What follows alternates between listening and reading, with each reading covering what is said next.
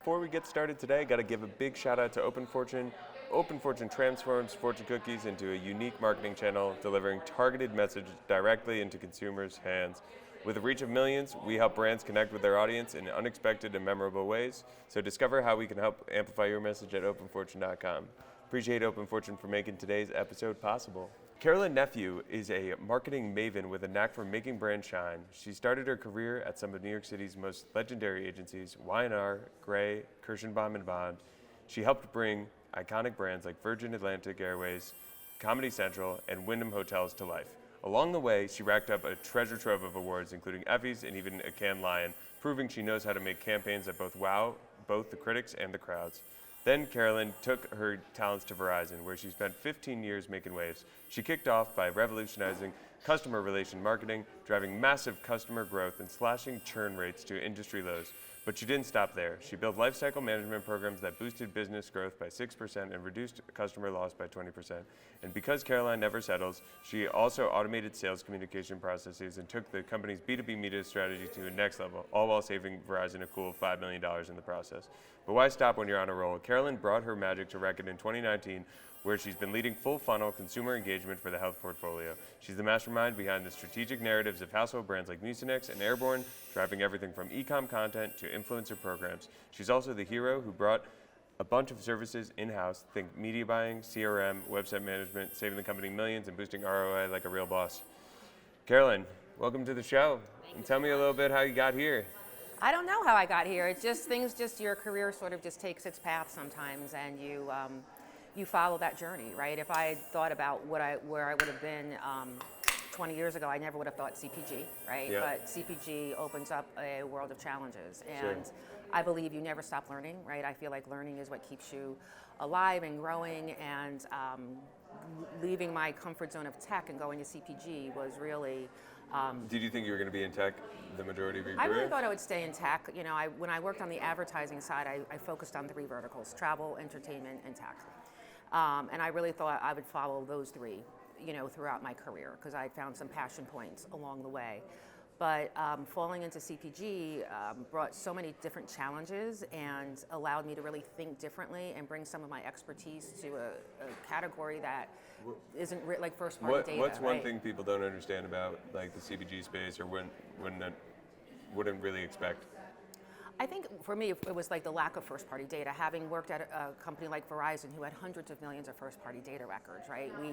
We have a billing relationship with every customer we have, and then when you go to CPG, you realize, wow, we don't have that. People purchase our products almost everywhere else, but you're a website, right? Mm-hmm. So, trying to have those personalized conversations when data isn't readily available, and it's something that we attacked head on, starting a CRM program so that we could get that first party data that we lack. Now, do we have it at the scale? No, but I feel like we've made so much strides in actually collecting that first party data, and then the company also understanding the value of it, by testing and learning and showing how it works in media, right? People think of first party data a lot for CRM and one-to-one communication, but it really does have a place in mass media. Absolutely, and we're talking about like first party data just for our audience, right? Like what are you talking about capturing there? Really, like, PII, right? You're talking about name with a email or a phone number, right? So a way of a personal identifier to take you from someone interested in cold and flu products to someone who we know purchased a cold and flu product, what maybe market they live in, the amount of times they've purchased, what their purchase cycle is, and then diving deeper to figure out how do we find more people like you.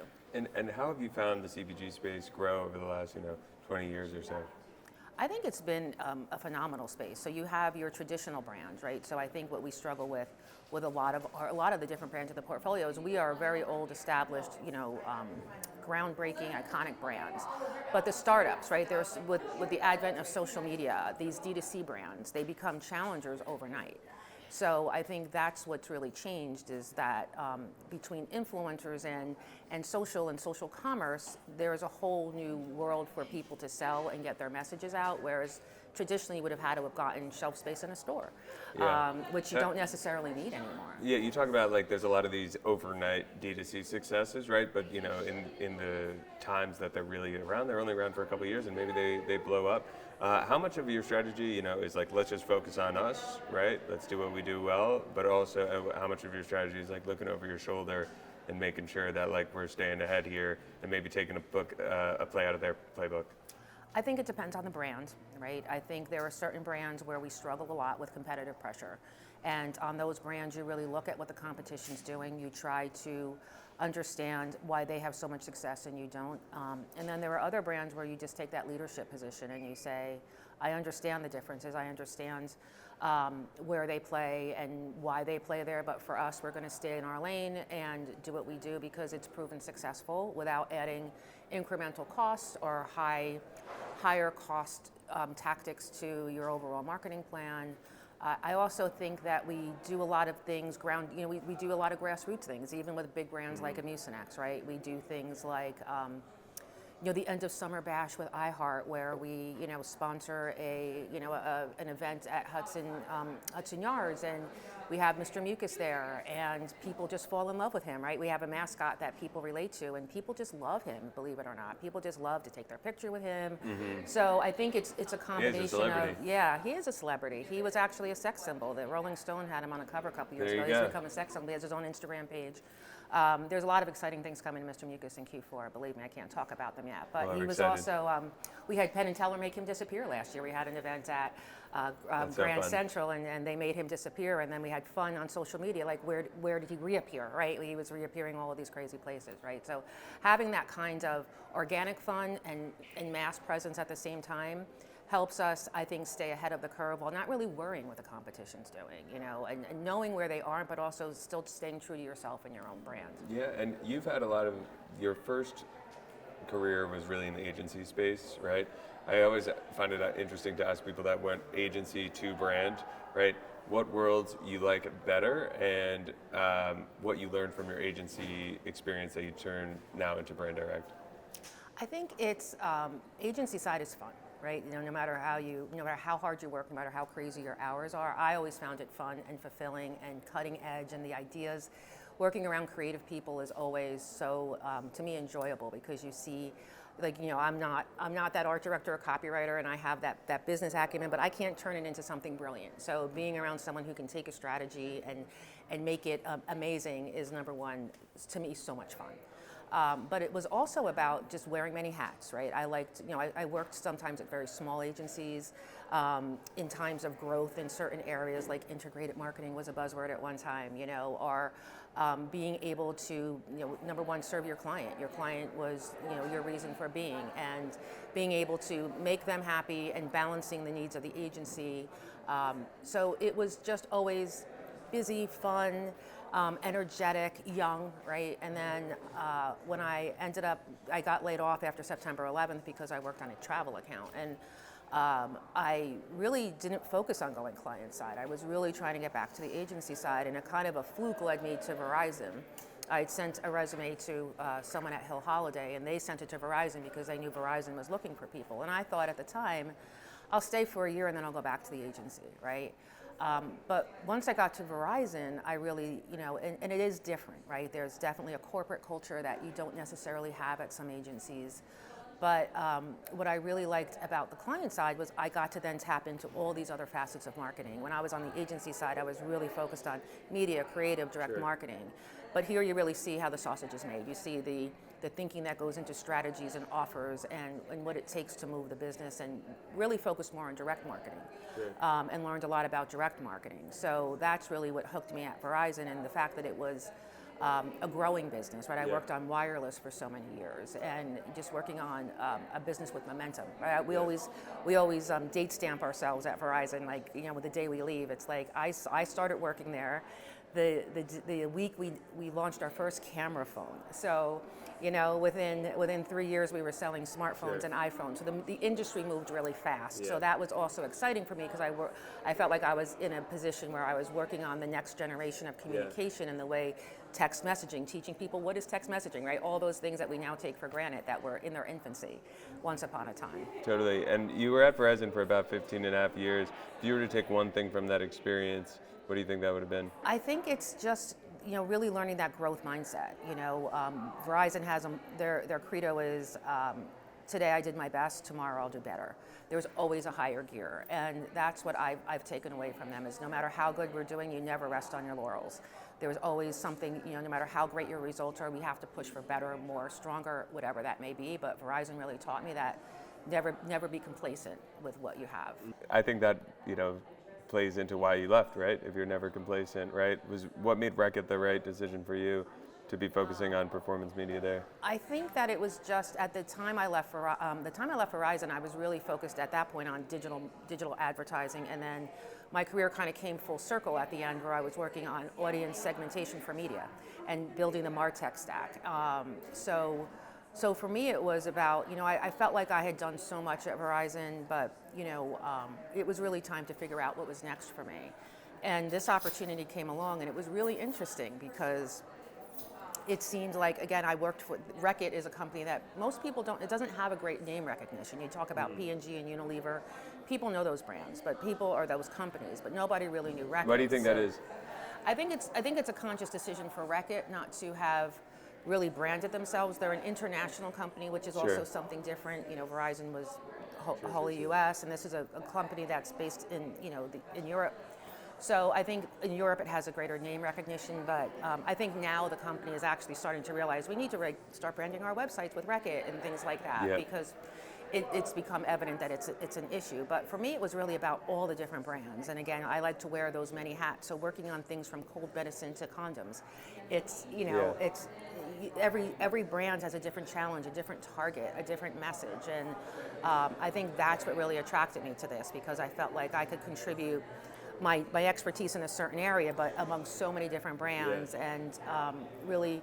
I feel like I've upped their digital game since I've come, up their digital, the digital marketing and the partners and the ways we go to market, and it's been really transformative, I think, because it was a great time for Reckitt. I think Reckitt was really looking, too, to break out of their traditional CPG mold and start looking at things in a new way. Yeah, and I would love to ask you just about Mucinex becoming the first over-the-counter to be on TikTok, right? Yeah. That must have been an interesting discussion. What was that boardroom like, and how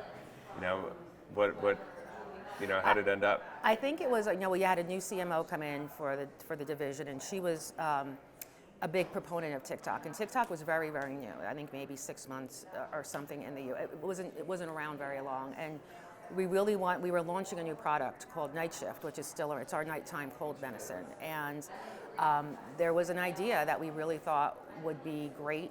We were really trying to get, a viral moment. And I shudder at things when people say, we need this to go viral. And it's like, things just don't go viral because you put media behind them. But we were really looking for something new and different. And TikTok as a new platform for a brand new product was something we got it together in less than a week. The agency didn't have a contract with TikTok, so we had to get agencies signed to TikTok. We had to get all these legal hurdles settled to get onto this. We did we did a hashtag challenge, which you can't even do anymore on TikTok for my categories. A lot of my categories are locked down, but you can't even do a hashtag challenge. But it was all about beating the monster funk, the zombie funk, which you don't get with our medicine. So it was really tied into the brand. But yeah, that was sort of a crazy ride, just getting that idea, getting it live and in market in a week, and then getting over 1 billion impressions on our challenge. And was that the success mark, the 1 billion impressions? No, the sales are always your success mark, but the product launched and took market share from Night Shift immediately. And we got a lot of press on it, and we've gotten a lot of, we repeated it again a few months later with Allison and Twitch doing another dance challenge, and we had a lot of fun with it, and that's when we talk about like finding that next space. And now everyone's on TikTok, right? Every brand is on TikTok and influencers and things like that. But we really, I feel like we're the trailblazers when it came to CPG and figuring out something really fun and unique to bring our product to life. When you're defining success, also, right? How much is it? Like, it depends on obviously the campaign, but ROI is first, right? And then what comes second and third behind that, like brand loyalty, or where does that find in? Yeah, sales and ROI, and I think we also look for engagement, right? We want people who are engaged with the brands, and that's hard. That's harder to measure, right?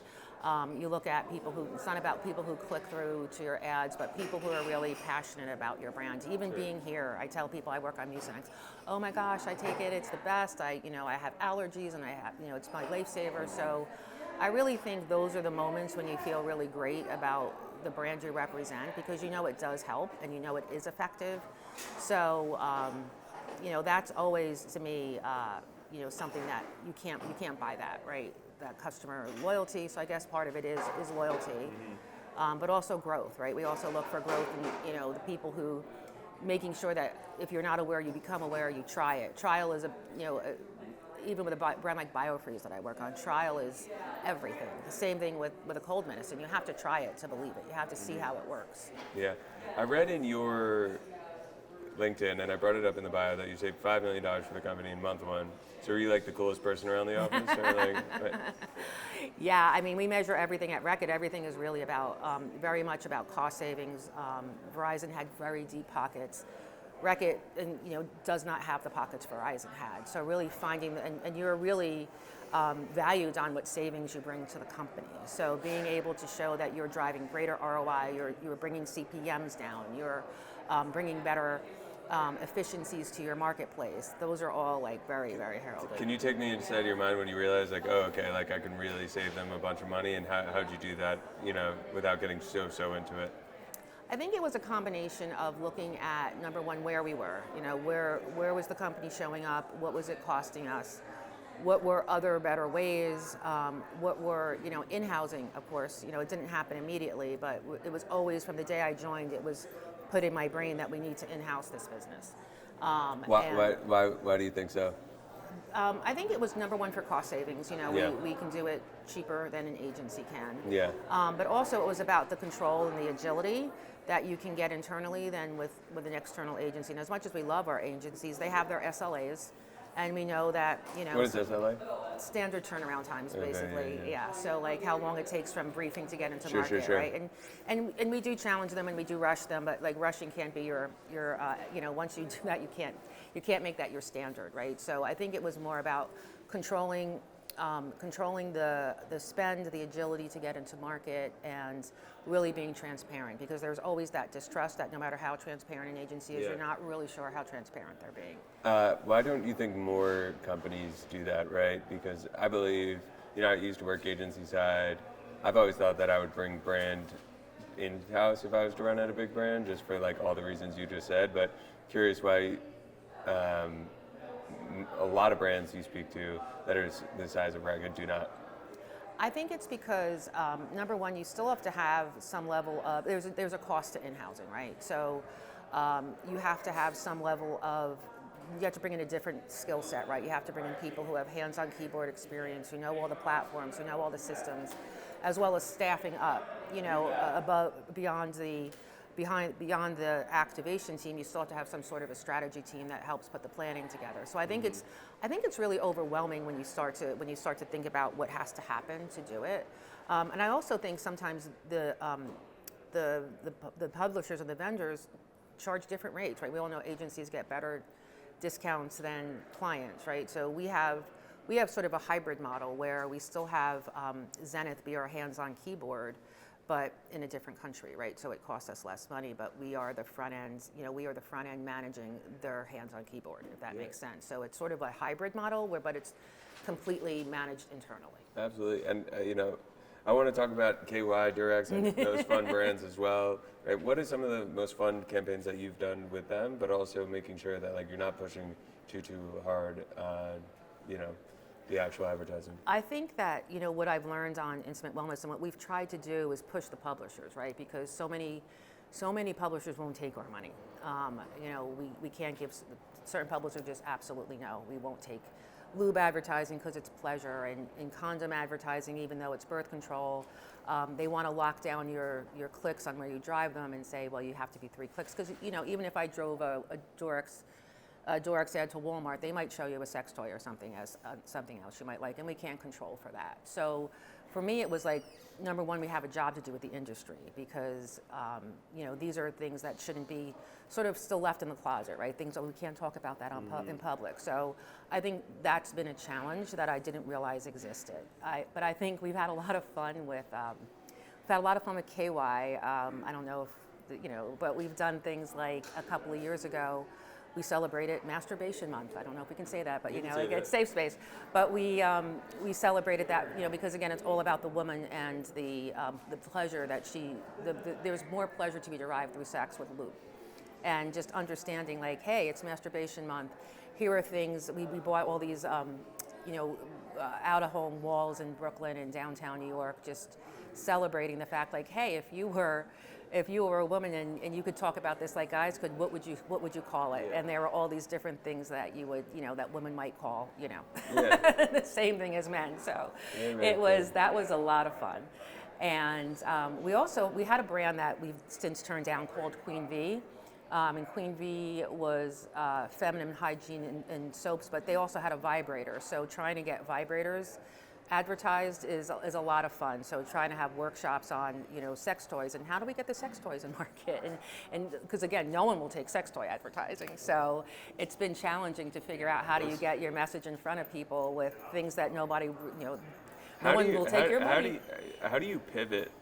Like creatively when you're like Mucinex and then because they're obviously wellness under the same umbrella but very different products and marketing behind it. How do you pivot so quickly between the two? I think it's just understanding, like just being in that space and understanding the space of both brands and all the brands I work on, right? Because they're 12 mini businesses. Some of them like have upper respiratory in common, but when you look at the vitamins, minerals, and supplements business, they're very disparate, from like joint relief to heart health. So when you like it's just a different vibe sometimes when you work on the Durexes and the KYs of the world, because you are going into a completely different territory, right? Even though it's very medicinal, there are medical needs for all of our lube has a medicinal need just like a condom does. Totally. But it also has that fun side of it. So how do you bring that to life? Where can you bring that to life? I think that's sometimes where you have to start. Like even Mucinex can't bring things to life everywhere because of the category it plays in. So, but yeah, just understanding those different brands, understanding their strategies, their objectives, and then just rolling with, okay, I'm going from a cold and flu meeting to a sex meeting, so let's just. If you were to have listeners take one thing away from this episode, what would it be?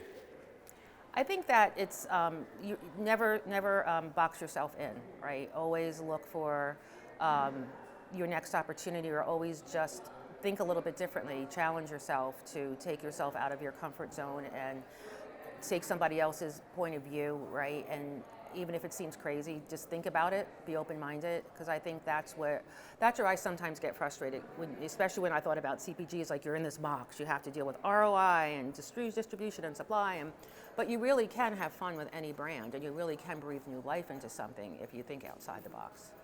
Before we enter the quick question round, just got to give a big shout out to OpenFortune. OpenFortune is transforming the humble fortune cookie into a powerful marketing platform. With access to 99% of U.S. zip codes and over 47,000 restaurants, OpenFortune delivers your brand message directly into the hands of millions of consumers. Trusted by leading companies like Duolingo, ZipRecruiter, and Chime, OpenFortune ensures your advertising reaches a wide and engaged audience in a memorable way. So appreciate OpenFortune for making today's possible. All right. So, quick question round. First one, person you'd most want to sit down to dinner with, dead or alive? Steve Jobs. Favorite city in the world? Paris. Is it okay to sleep with socks on? No. Favorite rom-com? When Harry Met Sally. Best spot to eat in New Jersey? I would say Faubourg in Montclair. Favorite seat in Hallgrad? Myself. 40 years from now, what will people be nostalgic for? Life with cell phones. I don't know. Who knows where we'll be 40 years from now from a technology standpoint.